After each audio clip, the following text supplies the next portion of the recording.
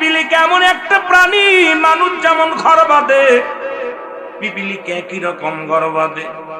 পিপিলিকা মানুষের যে সমস্ত আজকে মোবাইল তৈরি করেছে পৃথিবীর মধ্যে, পিপিলিকার বসত বাড়ি একদম মানুষের মতো। একদিন নবী সুলাইমান আলাইহিস সালাম যাইতেছিলেন তার সৈন্যদেরকে নিয়ে, পিঁপড়ার নানি ডাক দে বলে, হে আমার সৈন্যরা শোনো, নবী সুলাইমান আলাইহিস সালামের সফর সঙ্গীরা আসছে, সরে যাও সরে যাও, যদি পায়ের নিচে পড়ে তোমরা মারা যাও, তোমরা সরে যাও, নবী সুলাইমানকে সম্মান করো। নবী সুলাইমানের সৈন্যরা আসছে, এই আওয়াজটা নবী সুলাইমানের কানে যায়। যাওয়া পরে নবী সুলাইমান আলাইহিস সালাম একটা মিষ্টি হেসে ডাক দিয়ে বলে, পিঁপড়া রানী শোনো। ডাক দিয়ে বললেন, ডাক দিয়ে কথাবার্তা বললেন, পিঁপড়ার ভাষা বুঝতেন সুলাইমান আলাইহিস সালাম। এ মুসলমান, পিপিলিকা যদি বরদোয়া করে সেই জাতি শেষ হয়ে যায়, সেই জাতি অনিবার্য ধ্বংস হয়ে যায়। আপনারা পিঁপড়াকে বিনা কারণে পিঁপড়া মারবেন না। পিঁপড়াকে আমরা অনেকে পোড়ায় মারি, পিঁপড়াকে অনেকে আমরা ইচ্ছাকৃত মেরে ফেলি। পিঁপড়া কি করে, যে খাবারগুলো দেন এই খাবারগুলো তারা খায়, এরা মুখে করে নিয়ে টেনে বসত বাড়িতে নিয়ে যায়। পিঁপড়াগুলো যদি কোনো মানুষের জন্য দোয়া করে আল্লাহর দরবারে আল্লাহ কবুল করে নেয়, আর ওই ব্যক্তির উপর আল্লাহ রহমত দান করে, সংসারের ভিতরে বরকত দান করে। এ ভাইরা আমার, বন্ধুরা আমার, কারণ এই পিপিলিকা যদি কোন অনেক প্রকার পিপিলিকা আছে, আবার এমনও পিপিলিকা আছে যেটা কামড় দিলে ঠুসকা পড়ে যায়, গায়ের মধ্যে যন্ত্রণা শুরু হয়। ও আমার ভাইরা আমার বন্ধুরা, যদি পারেন পিঁপড়া না মেরে আপনি যদি একটু তারে আলাদা করে দিতে পারেন, সেখান থেকে সরে থাকতে পারেন, সবই উত্তম হয়। আর যদি না পারেন ও মুসলমান, তাহলে যদি বিষাক্ত পিঁপড়া হয়, যদি আপনার ক্ষতিকারক ক্ষতি করে, তাহলে মারলে বা জানলে সেটা একটা বিশেষ কারণের জন্য আপনি মারতে পারেন, বিনা কারণে পিঁপড়া হত্যা করা যাবে না। ও মুসলমান শুনে নাও, কারণ পিঁপড়া নবী সুলাইমান আলাইহিস সালামের সঙ্গে কথা বলেছিল, জোরে জোরে চিল্লায় বলা যাবে না মারহাবা।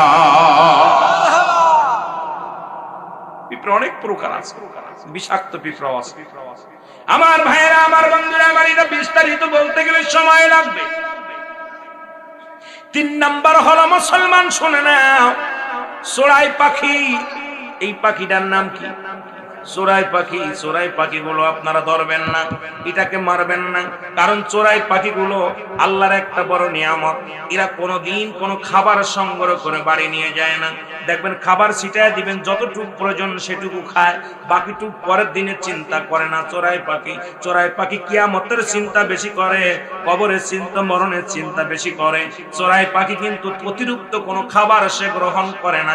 দেখবেন আপনার আশপাশে যত চোরাই পাখিগুলো আছে, এই চোরাই পাখিগুলো কোনোদিন তারা খাবার নিজে নিয়ে যায় না, বাসায় নিয়ে যায় না, নিজের জন্য যেটুকু লাগে, বাচ্চার জন্য যেটুকু লাগে এইটুকু নেয়, এই সংগ্রহ করে রাখে না খাবার।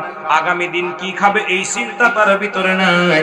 চিন্তা আছে আগামী দিন বাঁচবো কি বাঁচবো না, এই চিন্তা তার মধ্যে আছে। চোরাই পাখি একটা বিশেষ নিয়ামত। এই পাখিদেরকে আপনারা মারবেন, বিনা কারণে মারবেন না, তাদের থাকার জায়গাগুলো নষ্ট করবেন না।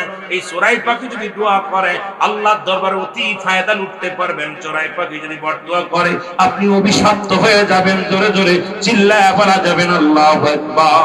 4 নাম্বার হলো কুকুর। কুকুরকে কোন ব্যক্তি মারবেন না, কুকুরকে কষ্ট দিবেন না। একবার নবী সুলাইমান আলাইহিস সালাম শুনতে পাইলেন পাশের বাড়িতে একটা কুকুরকে কষ্ট দিয়ে বিষ পান করে মারে ফেলেছেন। নবী সুলাইমান আলাইহিস সালাম সেই বাড়িতে গেলেন, লোকজনদেরকে ডাক দিয়ে আনলেন। ও মুসলমান শুনে না, কুকুর একটা প্রভু ভক্ত। নবী সুলাইমান বললেন কুকুর হত্যা করা যাবে না, কুকুরকে ভালোবাসতে হবে, তবে ঘরের মধ্যে না। কুকুরের ঘরে বিছনা বানায় দেওয়া যাবে না, কুকুরের সঙ্গে বসত বাড়ি করা যাবে না। কুকুরের লালাটা হলো অপবিত্র, কুকুরের যে মুখের নালাটা সেটা অপবিত্র। নবী সুলাইমান আলাইহিস সালাম ঘোষণা করে গেছে, যেটা শুনে নেন মুসলমান, শুনে নেন, এই কুকুর কিন্তু আসহাবে কাহাবের একটা কুকুর জান্নাতে যাবে। জোরে বলেন ঠিক কিনা, আর একটু জোরে বলেন ঠিক কিনা। এই কুকুর মুসলমান বিদেশিরা দেখি কুকুরের সঙ্গে খানা খায়, কুকুরের সঙ্গে ঘর বাঁধে, কুকুরের সঙ্গে ঘুমায়, যাবে না, এটা যাবে না। কুকুর যদি আপনার বাড়ির সংসারের মধ্যে আপনি পুষতে পারেন, আপনার বাড়িটা পাহারা দেওয়ার জন্য, পশু পাখি পাহারা দেওয়ার জন্য, তবে ঘরের মধ্যে নয়, বাড়ির মধ্যে রাখবেন। ওকে কি করবেন? লালন পালন করবেন, ওকে পুষবেন। কিন্তু তাই বলে আপনার বিছনা শেয়ার করবেন না, আপনার বিছনায় তারে গম পরাবেন না, তার উচিত কোনো কিছু খাবার খাওয়া যাবে না, কুকুরকে মারা যাবে না, কুকুরকে কষ্ট দেওয়া যাবে না, কুকুর লালন পালন করা যাবে, রাসূল বলে গেছেন। তবে এইভাবে নয়, সেটা হলো ওইভাবে তাকে সেপারেট রাখতে হবে, শুধু আপনার মালামাল পাহারা দেওয়ার জন্য, বাড়িটা পাহারা দেওয়ার জন্য। কারণ প্রভু ভক্ত যেরকম কুকুর হয়, এরকম অন্য প্রাণী প্রভু ভক্ত হয় না। জোরে বলেন আল্লাহু আকবার। এত বিস্তারিত বলতে সময় নষ্ট করতে পারবো না, শুধু বলে যাই। তবে আমাদের দেশে যেভাবে কুকুরের দেখি মাঝে মাঝে, ঢাকার শহরে দেখি কুকুর কোলে থাকে ছেলে মেয়ে ৫-৬ মাস। কত বড় খান্নাস, কত বড় বিয়াদব! কুকুর কোলিভাবে লালন পালন কোলে মনে নেওয়া যাবে না। একে শুধু প্রশিক্ষণ দিতে হবে যে তুই বাড়ি পাহারা দিবি, আমার এই বকরির পাল পাহারা দিবি। তখন আগের যুগে জামানায় মক্কা মদিনায় অনেক পাল পাহারা দিতেন, বকরি টকরি ছিল, এগুলো তখন কুকুরকে দিতেন, ছেড়ে দিতেন, তুমি কোন প্রাণী আক্রমণ না করতে পারে এগুলো দেখে রাখবি। কুকুর চারিদিকে দেখে দেখে রাখবি। এই প্রশিক্ষণ দিতে হবে, এই প্রশিক্ষণ দিতে হবে। মুসলমান নাম্বার 5 বলো বিড়াল। আল্লাহু আকবার বলেন না। বিড়াল এক জাতীয় প্রাণী, এই বিড়ালকে কখনো কষ্ট দেওয়া যাবে না। একবার রাসূলের জামানায় শুনে নেন, একজন বিধহীন মহিলা একটা বিড়ালকে ধরে একটায় রাখলেন, তাকে খাবার বন্ধ করে দিলেন, সুটকা হয়ে মারা গেলেন, অনেক কষ্ট দিয়ে মারা গেলেন। নবীজি শুনতে পাইলেন, যা পর গেলেন ওই বাড়ির ওই মহিলাও মারা গেলেন, বাড়ির অনেক মানুষের ক্ষতিগ্রস্ত হয়ে গেলেন। এরপরে নবীজি বললেন, বিড়ালের অভিশাপ, বিড়ালের অভিশাপ কিন্তু কঠিন অভিশাপ, বিড়ালকে মারা যাবে না, বিড়ালকে ভালোবাসতে হবে। বিড়ালকে ভালোবেসেছিল নবীর সাহাবীরা। এমনকি মক্কা মদিনায় আজকে কয়েকজন হাজী ভাইয়েরা আছেন, আজকে সভাপতি আলহাজ, এ মুসলমান শুনে নেন, এরকম যারা আলহাজ আছেন, মক্কা মদিনায় অসংখ্য বিড়াল ছানা বাস করে। বিড়ালের খাবারের ব্যবস্থা আলাদা। বিড়াল নবীজির রওজার আশেপাশে অপুরন্ত বিড়াল, মক্কা শরীফের পাশে পাশে, কাবা শরীফের চারিপাশে বিড়াল দেখা যায়। মুসলমান, বিড়ালকে ভালোবাসা। এ মুসলমান, শুধু তাই নয়, নবী একদিন সাহাবীদেরকে নিয়ে আলোচনা করতেছিলেন। আব্দুস শামস বা আব্দুর রহমান নামে একজন সাহাবী ছিল, তার কোষের ভিতর থেকে হঠাৎ করে ম্যাও করে উঠলেন। নবীজির সঙ্গে সঙ্গে বলে, হে বিড়াল ছানার পিতা আবু হুরায়রা, জোরে জোরে বলেন মারহাবা। নাম কি? আবু হুরায়রা। নবীজি ডাক দিলেন। আবু হুরায়রা বলে, ইয়া রাসূলুল্লাহ, ইয়া হাবিবাল্লাহ, আমার যে নামগুলো আব্বা মা রেখেছিলেন, নাম আজ থেকে বাদ। আপনি আমাকে বিড়ালের আব্বা বলছেন, আজ থেকে আমি বিড়ালের আব্বা হয়ে থাকতে চাই। সারা পৃথিবীর মধ্যে নবীর সাহাবী বিড়াল ছানার পিতা নাম কি? আবু হুরায়রা। নাম কি? আবু হুরায়রা। অসংখ্য হাদিস কি করছেন? কথা বলেন না। অসংখ্য হাদিস বর্ণনা করছেন। মারহাবা বলেন না, মারহাবা বলেন। নবীজি বিড়ালকে ভালোবাসেন, নবীজিও বিড়ালকে ভালোবাসেন।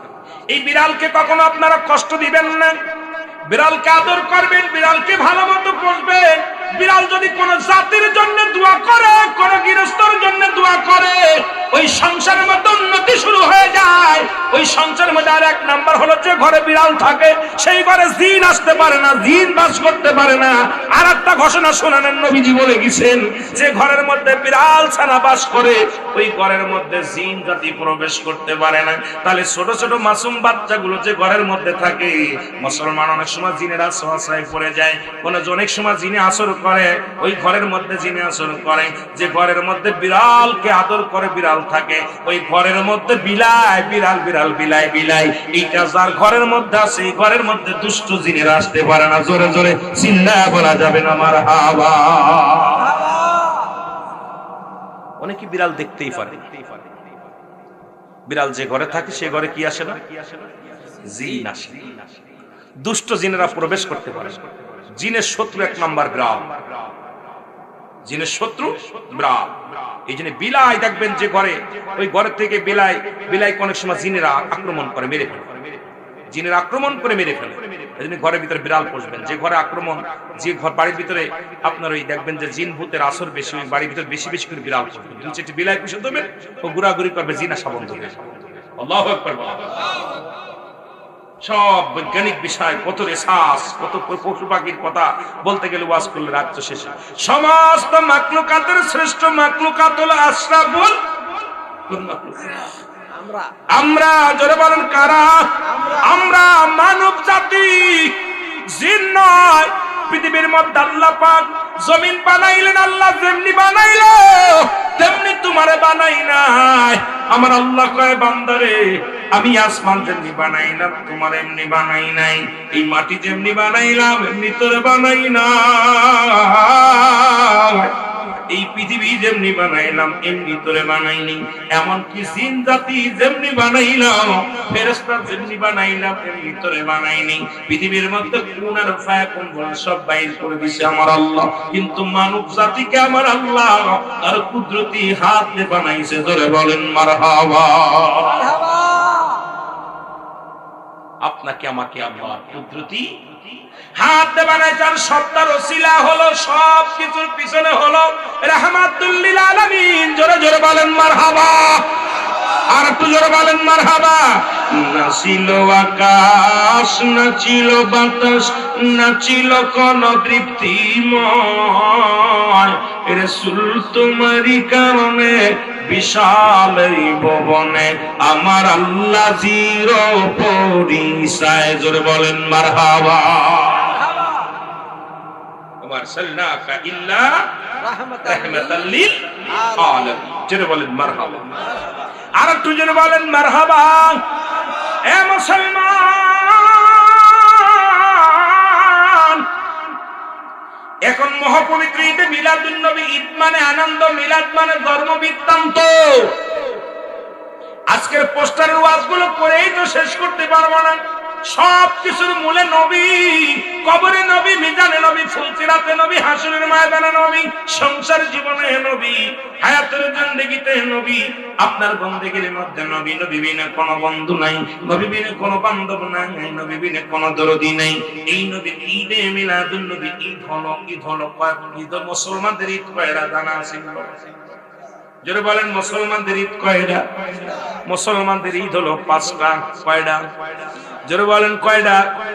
বাবা তাড়াতাড়ি আলোচনায় যেতে হবে, দেরি করলে লস হবে। মুসলমানদের ঈদ কয়টা? 5টা ঈদ। তার মধ্যে 2টা বলেন, তার ঈদে মিলাদুন নবী কই বলেন? ঈদ মানে আনন্দ, মিলাদ মানে জন্ম বৃত্তান্ত। যারা ঈদে মিলাদুন নবী মানে না তাদের জন্য একটা দলিল আমি দিয়েছি, সূরা ইখলাস। জি, আমার নবীর আব্বার নাম আব্দুল্লাহ, মার নাম আমেনা, দাদার নাম আব্দুল মুতালিব, দাদির নাম ফাতিমা। নবীর মুসলমান শুনে নেন, নবীর নানার নাম আবজরি, নানির নাম বাররা। বংশ হলো কুরাইশ বংশ। জোরে জোরে চিল্লায় বলা যাবে না মারহাবা। আর একটু জোরে বলেন। নবীজির দাদা বিয়ে করলেন 6খানা। আপন দাদির নাম হলো ফাতিমা। নবীজির ফুফুর সংখ্যা ছিল 6 জন। এদের মধ্যে 2 জন হলো ঈমানদার। একজনের নাম হযরত সুফিয়া, আর একজনের নাম হযরত ওমর। নবীর চাচার সংখ্যা ছিল 9 জন। এদের মধ্যে 2 জন হলো ঈমানদার। একজনের নাম আমির হামজা, আর একজনের নাম আব্বাস। ও মুসলমান শুনে নাও, আমার নবী দুধমা ছিলেন 4 জন। এই দুনিয়ার মধ্যে নবীজির দুধমা ছিলেন 4 জন। আপন মা আমেনা, 3 দিন 3 রাত পর্যন্ত দুধ পান করাইছে রাহমাতুল নবীকে। মুসলমান আবু লাহাবের দাসী সুরাইবা, হযরত হালিমা তুসাদিয়া আর হযরত সালমা, এই 4 জন ব্যক্তির দুধ পান করেছে রাহমাতুল নবী। মুসলমান শুনে নেন, কারণ অনেক আলোচনা এসে যাবে। ঈদে মিলাদুন নবী আলোচনা করতে গেলেই বাবা মনে পড়ে যায় মুসলমানদের ঈদের সংখ্যা হলো 5টা। নাম্বার 1 ঈদের নাম হলো ঈদে মিলাদুন নবী সাল্লাল্লাহু আলাইহি ওয়াসাল্লাম। জোরে জোরে চিল্লায় বলা যাবে না মারহাবা। এক নাম্বার ঈদের নাম হলো ঈদে মিলাদুন নবী সাল্লাল্লাহু আলাইহি ওয়াসাল্লাম। 2 নাম্বার ঈদের নাম হলো ঈদুল ফিতর। 2 নাম্বার 3 নাম্বার ঈদের নাম ঈদুল ফিতর, ঈদুল আযহা। 4 নাম্বার ঈদের নাম হলো ইয়াউমুল জুম্মা। 5 নাম্বার ঈদের নাম হলো আরাফাতের ময়দান। এই 5টা ঈদ হলো মুসলমানদের। 1 নাম্বার ঈদ হলো ঈদে মিলাদুন নবী সাল্লাল্লাহু আলাইহি ওয়াসাল্লাম। আজকে যিনি সবচেয়ে বড় ঈদ হলো নবীর আগমন। নবীর আগমন আল্লাহ বলে আলাম ইয়াজিদকা ইয়াতীমান ফা। আল্লাহু আকবার। বলো নবী দুনিয়ার মধ্যে আসছে এতিম অবস্থা, ঠিক কিনা? আরো জোরে বলেন, আরো জোরে বলেন আল্লাহু আকবার। আল্লাহু আকবার। তাহলে ঈদ মানে আনন্দ, মিলাদ মানে ধর্ম বৃত্তান্ত। এখন যে কাট্টা মৌলবী কয় ঈদের মিলাদুন নবী মানে না, ও মৌলবী শোন, ভালো করে শোন, স্রষ্টার কোনো নাই, জন্ম নাই, সৃষ্টির জন্ম আছে। স্রষ্টা হলো আমার আল্লাহ, সৃষ্টি হলো আমরা। এই সৃষ্টি জগতে আমার আল্লাহর আব্বার নাম কি? তাড়াতাড়ি বলো, আল্লাহর আব্বার নাম কি? নবীর আব্বার নাম কি? জোরে কইতে হবে। আপনারা একদম বোমা মারবেন, কারণ বাবারা শুনে নেন, ওই সমস্ত কাঠ মৌলবীকে ধরবেন। আপনারা মৌলবী লাগবে না, আলাউদ্দিন ভাই লাগবে না, শরীফুল ভাই লাগবে না, বাদানদের সানাউল্লাহ ভাইয়ের লাগবে না, আমাদের সভাপতি সাহেবের লাগবে না, শহীদুল্লাহ কাদের সাহেবের লাগবে না। আমার শ্রোতারা যারা আছেন গো, আলোচনা থেকে বাড়ি যাবেন, বাড়ি যায় কাঠ মৌলবীরা আপনারাই সাইজ করতে পারবেন। একবারে জিগাইবেন আমার আল্লাহ বলেন না, আল্লাহু আল্লাহু আহাদ আল্লাহু সামাদ লাম ইয়ালিদ ওয়া লাম ইউলাদ ওয়া লাম ইয়াকুল লাহু কুফুয়ান। আল্লাহ বলে হাবিব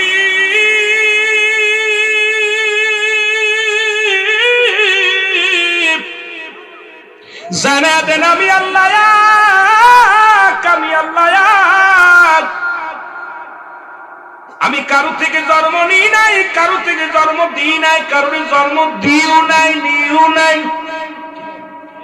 সুতরাং আমার নবীর আব্বার নাম আব্দুল্লাহ, মার নাম আমেনা। নবী জন্ম নিছে আব্দুল্লাহ এবং আমেনার মাধ্যমে। জোরে কোন ঠিক কিনা? এ মৌলবী, তাহলে যদি মিলাদ মানেই জন্ম বৃত্তান্ত, এখন নবীর মিলাদ আছে কি নাই? জোরে বলেন, মিলাদ আছে কি নাই? এখন যে কাট্টা মৌলবী কয় নবীর মিলাদ মানি না, আমি কই কাট্টা ওয়াহাবী তোর কথা মানবো না। জোরে কোন ঠিক কিনা? কারণ নবীর মিলাদ আছে, মিলাদ শব্দের অর্থই জন্ম বৃত্তান্ত। আমার নবীজি দুনিয়ার মধ্যে আসছে, তার বাবা ছিল, মা ছিল, দাদা ছিল, বংশ ছিল, দাদি ছিল, নানা ছিল। আল্লাহর জন্ম নাই, নবীর জন্ম আছে। স্রষ্টার জন্ম নাই, সৃষ্টির জন্ম আছে। সুতরাং নবীজি 570 খ্রিস্টাব্দে শরীয়তের জগতে এই পৃথিবীর মধ্যে নবীজি আল্লাহ পাঠাইলো। নবীজির মা ছিল, বাবা ছিল, দাদা ছিল, দাদি ছিল, নানা ছিল, নানি ছিল, বংশ পরিচয় ছিল। আল্লাহর পরিচয় কি মৌলবী আগে বলো, তারপরে আমরা মিলাদ অস্বীকার করবো। করে ঠিক কিনা? নবীর আগমনে নবীর মিলাদ পালন করে ফেরেশতারা, নবীর মিলাদ পালন করে আল্লাহ নিজে। আর মৌলবী তুমি কও ঈদে মিলাদুন নবী নাই, ঈদে মিলাদুন নবী মানা যাবে না, তার মানে তোমার কপাল খারাপ। জোরে বলেন ঠিক কিনা? নবীর মিলাদ, নবী আইছে, নবী আসছে, নবী পাঠাইছে দুনিয়ায় 570 খ্রিস্টাব্দে। আল্লাহকে ফেরেশতারা ইন্না, নিশ্চয়, ইন্নাল্লাহ, আমি আল্লাহ, ইউসাল্লুনা, আমি করেছি আলান নবী, আমার নবীর উপরে, ইয়া আইয়ুহাল্লাযিনা আমানু, ঈমানদার বিশ্বাসীরা, তোরা শোন ভালো করে, সাল্লু আলাইহি ওয়া সাল্লিমু তাসলিমা, দরুদ ও সালাম পাঠ কর। কার উপরে? আল্লাহর উপরে, নবীর উপরে। কার উপরে? নবীর উপরে। একটা কথা আপনি বললে বালা বুঝবেন। আমার আল্লাহ নামাজ পড়ে না, রোজা রাখে না, হজ করে নাই, যাকাত দেয় নাই। আল্লাহ একটা কাজ করে, সেই কাজটা তার নবীর উপরে দরুদ পড়ে। সুবহানাল্লাহ। আস্তে কইবেন, সুবহানাল্লাহ। কি করে? দরুদ পড়ে। কার উপরে? নবীর উপরে। জোরে বলেন, কার উপরে? নবীর উপরে। আমার কথা না কোরআনের কথা? কোরআনের কথা। আল্লাহ কয় ইন্না, নিশ্চয়, নিশ্চয়, ইন্নাল্লাহ, আমি আল্লাহ, ইউসাল্লুনা, আমি করেছি আলান নবী, আমার নবীর উপরে। এখন কত বেল পড়েছে তা বলে নাই, কইছে 1 ঘন্টা, 2 ঘন্টা, সারা দিন, সারা রাত, কত সময়, কত মিনিট, কত সময় পড়বে? আল্লাহকে সদা সর্বদাই, সদা সর্বদাই 24 ঘন্টায় নবীর দুরূদ পড়ে আল্লাহ। সুবহানাল্লাহ কইতেন নি? ফেরেশতারা পড়ে। কারা পড়ে? ফেরেশতারা। আর আমরা কই না জায়েজ। আরে কপাল পুরা, আরে কপাল পুরা। তোদেরকে কেমনে বুঝাইবো? তোদেরকে বুঝাইতে হলে দরকার এখন বাকারা শরীফ, বুখারী না। জোরে কোন ঠিক কিনা? চেনেন নি এটা? কথা কন, এটা চেনেন? বাকারাতে সুজা করা লাগবে, বুখারী না। বড় কষ্ট, এটার কুরামিন লাঠি। কথা বুঝেন নি? সাইজালা লাঠি দিয়ে পিটাইতে হবে বান্দরের মতো। বড় কষ্ট লাগে যে আমার নবীর সম্মানকে যারা ছোট করে, আজকে তাদের কপাল। আজকে বাংলাদেশে বাস কইরা, পৃথিবীর বুকে বাস কইরা, তোরে মানুষ গরু বানায় নাই, ছাগল বানায় নাই, আল্লাহ তোরে মাখলুকাত বানাইছে, আশরাফুল মাখলুকাত, শ্রেষ্ঠ মাখলুকাত। ওই আমার নবীর বিরোধিতা করিস, অন্যান্য নবীরা আমার নবীর উম্মত হওয়ার জন্য আফসোস করিস। কথা কয় না কেন? অন্যান্য নবীরা বলছে আল্লাহ আমরা নবী থাকতে চাই না, আমার ওই নবীর উম্মত বানাও। আর সেই নবীর বিরুদ্ধে যারা করে না মানব না দানব? দানবেও করে না। সমস্ত মাখলুকাত প্রশংসা করে কার? নবী। আবার এটা কইছে, এটা এর সবচেয়ে বড় কষ্ট, মুহাম্মদ নাম যতই জপি ততই মধুর লাগে, ওই নামে এত মধু আছে কি জানি তো আগে, মুহাম্মদ নাম যতই জপি ততই মধু, ওই নামে এত মধু আছে কি জানি তো আগে। কানার কানা কানার কানা রাজ্জাক বিন ইউসুফ দেখলাম কথাটা বলতে, মোর নামটা বলতে চাইছিলাম তাও বললাম। এই কানাই বলল কাজ্জাবের আব্বা, বলতেছে মুহাম্মদ নাম নিওয়াই শিরক। নাউযুবিল্লাহ। চিন্তা করছেন কাজী নজরুল ইসলাম কাফের, আর এই সঙ্গীত যারা কবে তারাও কাফের। কোন দেশে বাস করতেছেন আপনারা? কোন দেশে বাস করতেছেন? যারা নবীর নাম নিলেই নাকি কাফের হয়ে যাবে। বড় কষ্ট লাগে তখন, যারা কত বড় ঈমান নিয়ে চলতেছে সমাজে। আমার ভাইয়েরা, আমার বন্ধুরা, আমার গভীর মনোযোগ। এই দুইটা মানুষ আমি আপনাদেরকে বলে যাই, যে সমস্ত উলামায়ে ইকরাম নবীর শানকে ছোট করে, নবীর শান নবীর মানকে যারা ছোট করে দেখে, তারা আলেম নয়, তারা এই জামানার জালেম। কারণ নবীজির প্রশংসা করলে গুনাহ হবে না, সওয়াব হবে। জোরে বলেন ঠিক কি না? কি হবে? সওয়াব হবে। এখন বর্তমান জামানা আমি আলেমদেরকে বলে যাই, তুমি যদি না পারো নবীর প্রশংসা করতে নীরব থাকো, কিন্তু রাসূলুল্লাহর বিরোধিতা করো না, আমার নবীর শানের উপর আঘাত দিও না, আমার নবীরে কষ্ট দিও না। আমার নবীরে কষ্ট দিলে সইবে না আমার আল্লাহ, আমার নবীরে কষ্ট দিলে সইবে না আমার আল্লাহ। আমার নবীরে যদি কষ্ট দাও, দুঃখ লাগে অন্তরের ভিতরে, মুমিনের অন্তরের ভিতরে কষ্ট লাগে রে মুসলমান। কারণ নবীও মানুষ, আমরাও মানুষ। নবীরা হলো গুনাহ থেকে মুক্ত, আমরা গুনাহে যুক্ত। নবীরা হলো মাসুমের মাসুম, আমরা হলাম গুনাহমার্কা মানুষ।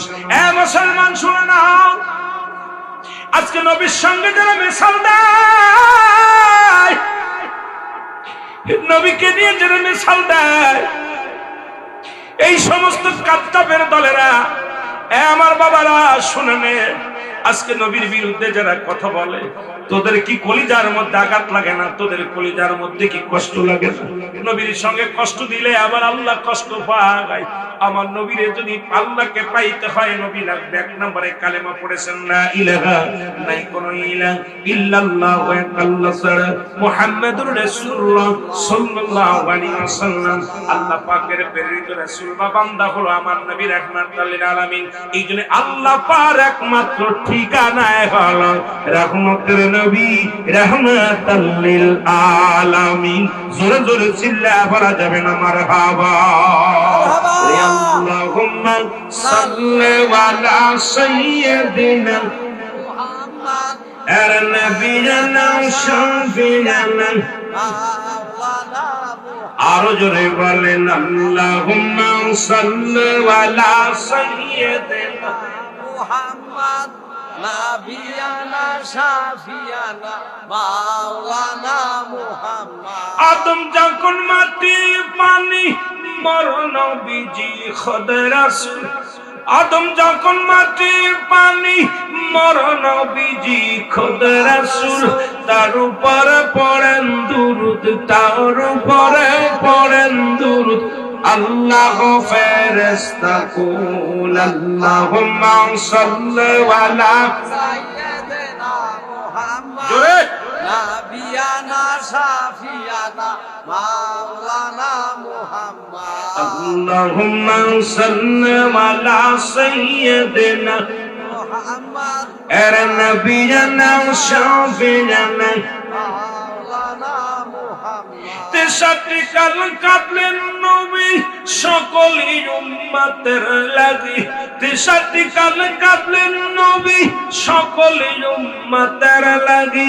এখনো কাঁদেন নবী, এখনো কাঁদেন নবী, শুইয়া সোনার মদিনায়। আল্লাহুম্মা সাল্লি আলা سيدنا محمد النبي شفيعنا مولانا محمد এ দুনিয়ার মুসলমান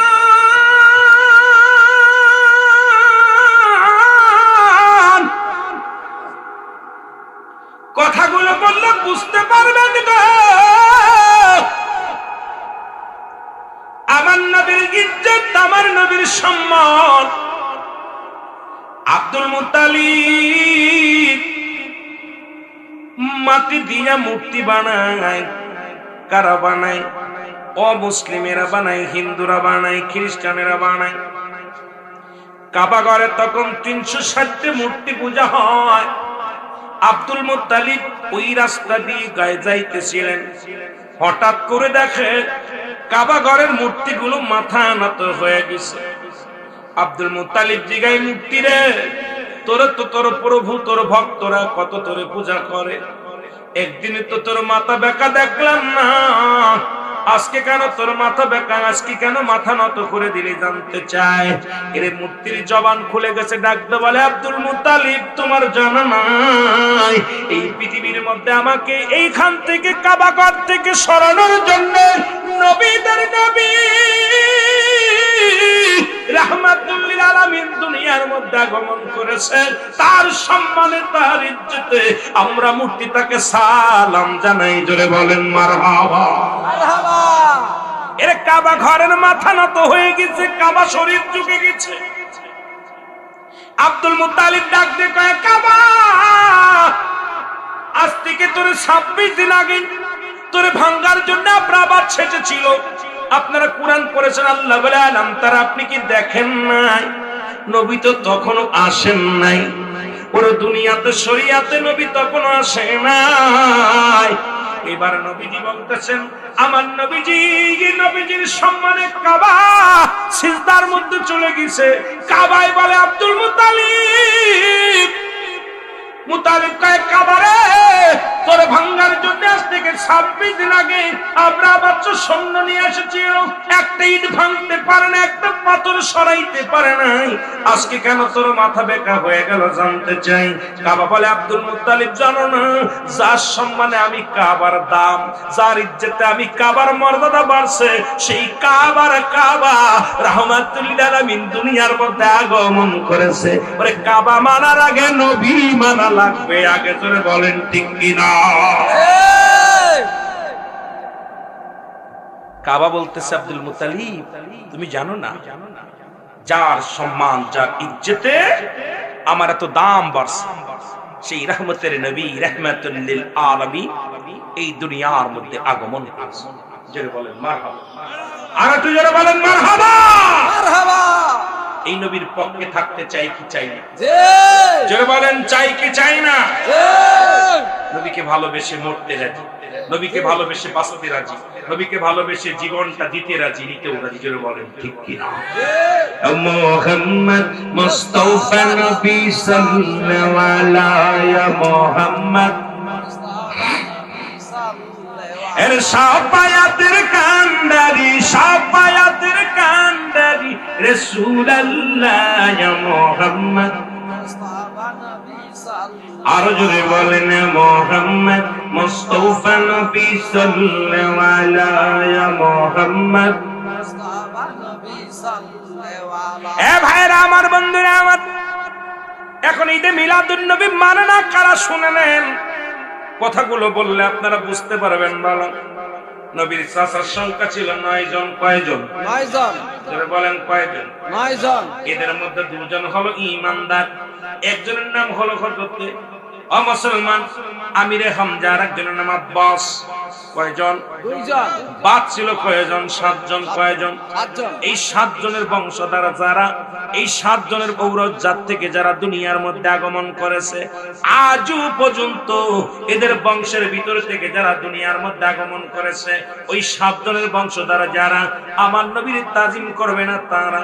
আমার নবীর সম্মান করে না তারা আমার নবীর মিলাদ কিয়াম করবে না তারা আমার নবীর দুরূদ করবে না তারা আমার নবীরে ছোট করলে বললে তারা মজা পায় তারা। এই 7 জনের বংশধর যারা ঈদে মিলাদুন নবী কিয়ামত পর্যন্ত মানবে না, তারা জোরে বলেন ঠিক কিনা।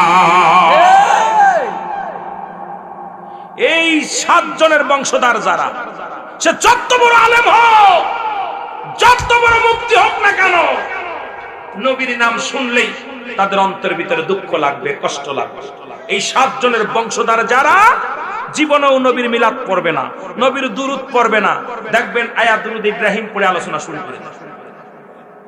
উম্মাত হলো আমার নবীর দুরূদ পড়ে ইব্রাহিম নবী, আর ইব্রাহিম নবীর যিনি সবাই ধন্য দিবে আমার নবীর কাছে, রাহমাতুল লিল আলামিনের কাছে। তারা বলেন ঠিক কিনা? আর দুজনে বলেন ঠিক কিনা? আমার ভাইরা, আমার বন্ধুরা, শুধু তাই নয়, রাসূলুল্লাহ ফুপুর সংখ্যা ছিল 6 জন। এদের মধ্যে ইমানদার হলো 2 জন। একজনের নাম হলো হযরত সুফিয়ান, আরেকজনের নাম হযরত ওমর। বাকি 4 জন নবীকে মানতে পারে নাই। তারা ধারণা ছিল আমার নবী, আরে আব্দুল্লাহর বেটা মুহাম্মদ, তারে তো আমরা লালন পালন করলাম, আলাউদ্দিন আবার কেমনে বক্তা হয়? ও তো আমাদের ছেলে, আমাদের বাড়ির ছেলে, ও তো আমাদের ঘরের ছেলে, কারণ ও আবার কবে বক্তা হলো, কবে আবার লেখাপড়া করলো। এখন আমার নবীকে ওই ফুপুরা বলতো, আমরা তো হাতে পায়ে লালন পালন করলাম। ওরে কয়দিন আগে ওর আব্বা নাই, মা নাই, এতিম মানুষ কেমনে সম্ভব নয়, উনি নবী হয় নাই। কারণ ওই 7 জনের বংশধর যে সমস্ত মহিলারা কিয়ামত পর্যন্ত নবীকে মানতে পারবে না, তারা জোরে জোরে চিল্লায়া বলা যাবে না আল্লাহু আকবার। আল্লাহু আকবার। 4 আর 7 কতজন? 4 আর 7 কত? 11 জন রাসূলুল্লাহর বিরোধিতা করেছে। আর মুসলমান শুনে নাও, রাসূলের পক্ষে ছিল কয়জন? 4 জন। কয়জন? 4 জন। জোরে বলেন কয়জন? 4 জন। সত্যের জয় হবে, এর মধ্যে কোনো সন্দেহ নাই, আসেনি? সত্যের জয় হবে, এর মধ্যে কোনো সন্দেহ নাই। রাসূলুল্লাহর বিপক্ষে ছিল 11 জন, পক্ষে ছিল 4 জন। এই 4 জনকে নিয়ে রাসূল ইসলামের দাওয়াত শুরু করলেন। এই বাংলার জমিন নয়, অল পৃথিবী পথ পথ করে ইসলামের বাতাস বইতে লাগলো। শুধু তাই নয়, গত সপ্তাহে দেখলাম 10,000 খ্রিস্টান পাদ্রী, 10,000 পৌরীদেরকে নিয়ে উনি কালেমা পড়ে মুসলমান হয়েছে আমেরিকার একটা শহরের মধ্যে। তিনি খ্রিস্টান যাজক ছিলেন। ও মুসলমান দেখে বড় আশ্চর্য হয়ে গেলাম। এই পারিদেরকে কি করলেন? সৌদি আরব থেকে ঘোষণা হয়েছেন, যতদিন পর্যন্ত এই বাদান যাজক, যিনি ওই খ্রিস্টানদের যাজক বা যিনি যিশু, উনি যতদিন পর্যন্ত জিন্দা থাকবে, প্রতি বছর তার রাজকীয় ভাবে হজ পালনের সুবিধা দেওয়া হবে। উনি কি করলেন? উনার প্রায় লক্ষাধিক উনার ভক্ত ছিল, 10,000 খ্রিস্টানদের নিয়ে এক রাসূলুল্লাহর মহব্বত ওই কালেমার রিসার্চ করতে যাইয়া, কালেমা শরীফ রিসার্চ করতে যায়, উনি বললেন, আমি দুনিয়ার মধ্যে এত বাইবেল পড়লাম, কত কিতাব পড়লাম, কিতাব পড়ে আমি সমাধান দিতে পারি নাই। আমি শেষ বয়সে 10,000 খ্রিস্টানদেরকে নিয়ে, ও মুসলমান শুনে নাও, কালেমার নামা, কালেমার মালা পড়ে মুসলমান হয়ে গেছে। জোরে জোরে চিল্লায় বলো মারহাবা। মারহাবা। এতে মাইকেল জ্যাকসন, যার নাম শুনেছেন, উনি গোটা বিশ্বকে নাচিয়েছেন, কিন্তু উনি কালেমাকে রিসার্চ করতে যাইয়া উনিও বলে গেলেন, দুনিয়ার মধ্যে আমি মাইকেল জ্যাকসন, যার গান শুনে মানুষ পাগল হয়ে গেলেন, উনিও সর্বশেষে কালেমা পড়ে মুসলমান হলেন। উনি বলে গেলেন, মরার আগে বলে গেলেন, ও পৃথিবীর মানুষ শুনে নাও, আমি অনেক গবেষণা করলাম, অনেক কিছু রিসার্চ করলাম। অ্যারিস্টটল, সক্রেটিস যেমন বই লেখা পর বললেন, নো দাই সেলফ, নিজেকে নিজে চিনতে হবে।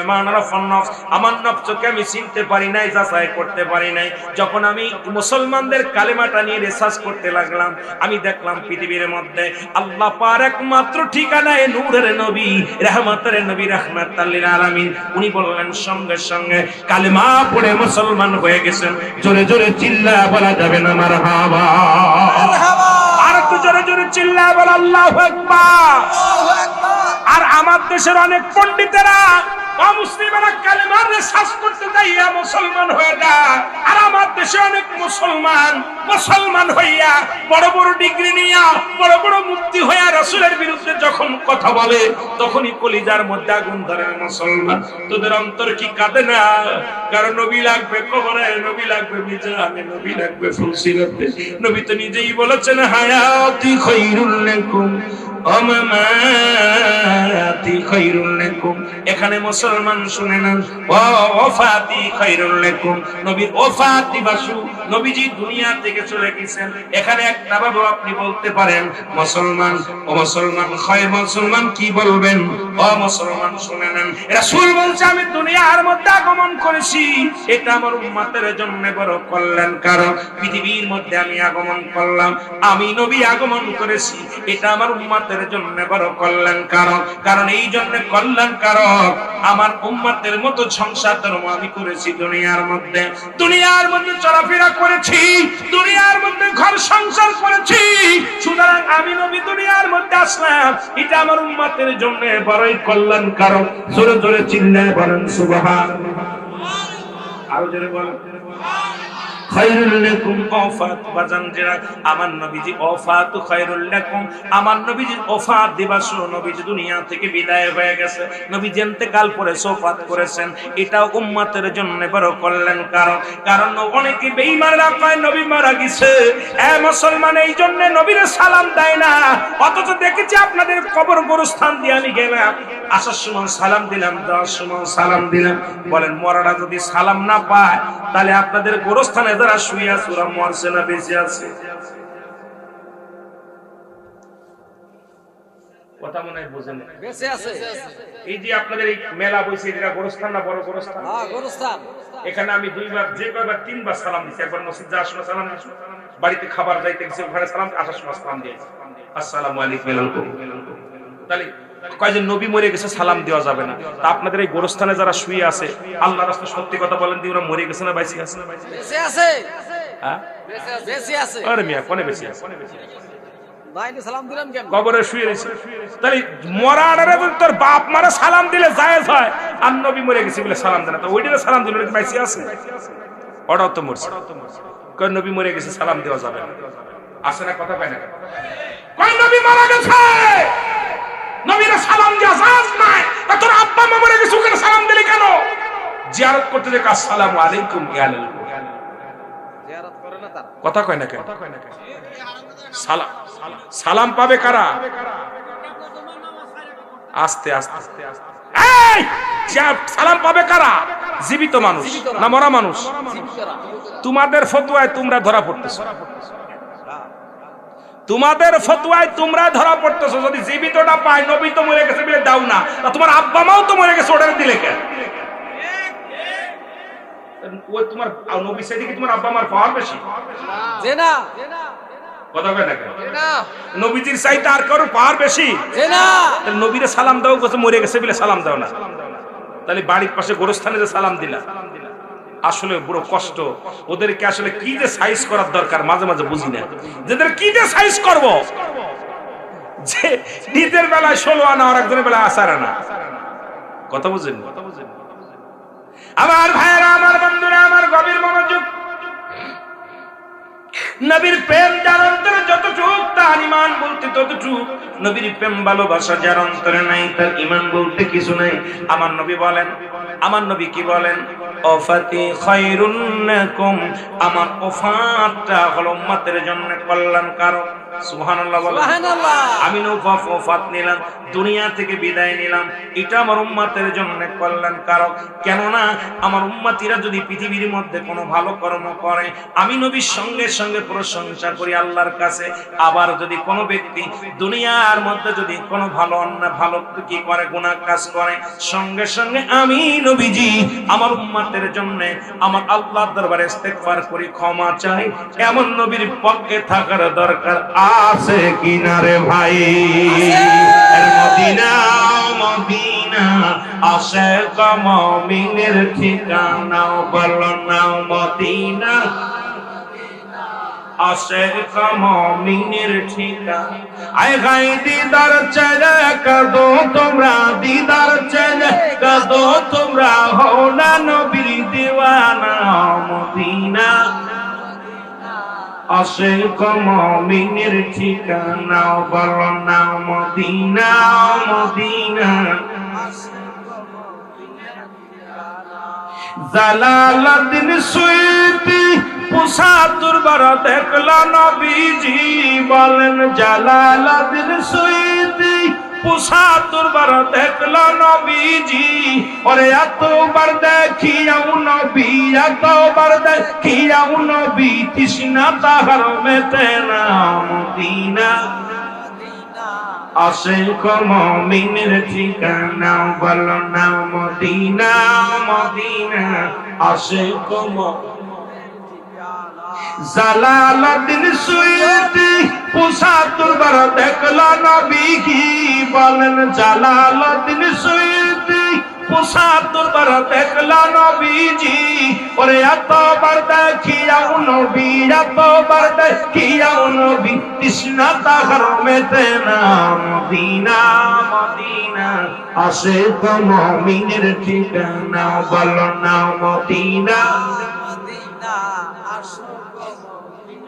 এর নবীর প্রিয় সাহাবী হযরত আবু বকর সিদ্দিক বলেন নবীর প্রিয় সাহাবী আবু বকর সিদ্দিক এর ভালোবাসা শুইল পাশে ভালোবাসা শুইল পাশে যাইয়াছে তাই দেখো না মদিনা আশিক মুমিনের ঠিকানা বলো না মদিনা মদিনা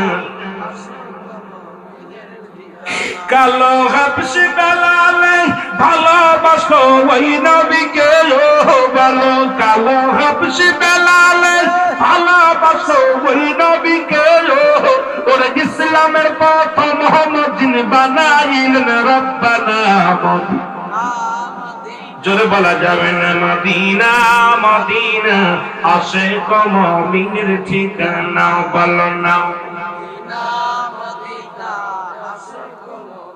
এর নবীর ওফাতের পরে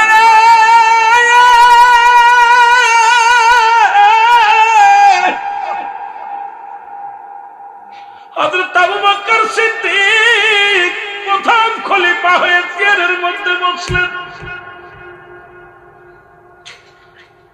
সাহাবীরা সবাই সামনে রাসূল নাই রাসূল নাই ও আমার বাবারা দিলের কান্না লাগা শুনে নেই নবীর প্রেমিকেরা শুনে নেই আবু বকর বলে আমার ভাইরা আমি নবীরে হারায়া বড় কষ্টের মধ্যে আছি আমি নবীর চাইতে 6 মাসের বড় কয় মাসের বড় 6 মাসের শরীয়তে 6 মাসের বড় পৃথিবীর মধ্যে আসার সিরিয়াল আছে যার সিরিয়াল নাই কিন্তু নবীজি 6 মাসের ছোট হইয়াও আবু বকরের আগে দুনিয়া থেকে বিদায় নিছে শরীয়ত থেকে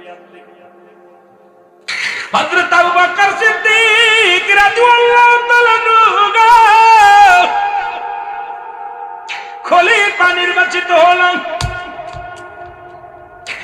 আবু বকর চেয়ারের মধ্যে বসিয়া জনসাধারণের উদ্দেশ্যে ভাষণ দান করলেন চেয়ারের মধ্যে বসিয়ে নবীজি চেয়ারে বসতেন কোনদিন সাহাবীরা বসেন নাই ওটা আমার রাসূলের কুরসি মুবারক কত সম্মান করতেন তার একটা নিচেই বসতেন পাশে একটা নিচে দেখে হযরত ওমর ফারুক আবু বকরের দিকে তাকায়া ফেলফেলায়া চোখের পানি ছেড়ে কান্দে আবু বকর সমস্ত লোকদের বললেন আমার ভাইয়েরা আমি নবীর প্রথম খলিফা এই দুনিয়ার মধ্যে খলিফা তোমরা নিয়োজিত করেছ সবাই আমাকে সাপোর্ট দিয়েছো এক হলো আমি আম্মা জানা ঈসা সিদ্দিকার বাবা দুই হলো আমি আমার নবীজির শ্বশুর মুবারক দুই হলো আমি তিন আমি আমার নবীর একজন প্রিয় সাহাবী আজকে আমি খলিফা আজকে মুসলিম জাতির খলিফা প্রথম খলিফা আমি আল্লাহু আকবার বলেন আল্লাহু আকবার প্রথম মুসলিম মিল্লাতের প্রথম খলিফা তোমরা সবাই মেনে নিছো সাহাবীরা বলে হুজুর আপনাকে আমরা মেনে নিলাম, কারণ আপনি আমার নবীর সফর সঙ্গী ছিলেন। সবচেয়ে কঠিন দায়িত্ব ছিল যেদিন রাসূলুল্লাহ মক্কা থেকে মদিনায় যেদিন হিজরত করেছিলেন, সেই কঠিন হিজরতের সঙ্গী ছিলেন ইয়া রাসূলুল্লাহ, ইয়া হাবিবাল্লাহ, নবী গো, ও মায়ার নবী, আপনার হিজরতের বন্ধু, হিজরতের সাথী হযরত আবু বকর সিদ্দিক, আমাদের ইসলামের প্রথম খলিফা। জোরে জোরে চিল্লা বলা যাবে না মারহাবা। মারহাবা। একদিন নয়, দুদিন নয়, দীর্ঘ 6 মাস আবু বকর ঘুমায় নাই। কত ভালোবাসত রাসূলুল্লাহকে। একদিন নবীজি রাত্রে বলে, আবু বকর রে, হয়তো আমাদের মক্কা থেকে মদিনায় যাওয়া লাগতে পারে। ওর পরে আর একদিনও আবু বকর বিছনায় পিঠ লাগায় না, তার মালমাটি সব গুছায় একটা টুকলা বাঁধিয়ে রেখে দিছে। গভীর রাত্রে রাসূলুল্লাহ শিয়া দরজায় ডাক দিলেন, আবু বকর বলি, ইয়া রাসূলুল্লাহ, লাব্বাইক ইয়া হাবিবাল্লাহ। আমার নবী কও, আবু বকর তুমি ঘুমাও না? ইয়া রাসূলুল্লাহ, ইয়া হাবিবাল্লাহ, আমি ঘুমাই না। যেদিন আপনি বলেছিলেন না জানি না আবু বকর, এই মক্কা থেকে মদিনায় হিজরত করা লাগবে, ইসলামের দাওয়াত দেওয়ার জন্য কাফের বেঈমানদের অত্যাচারের আবু বকর, আমি নবী মনে হয় মক্কায় যাওয়া লাগবে। আবু বকর রে, ও ভাই আবু বকর, আমাদের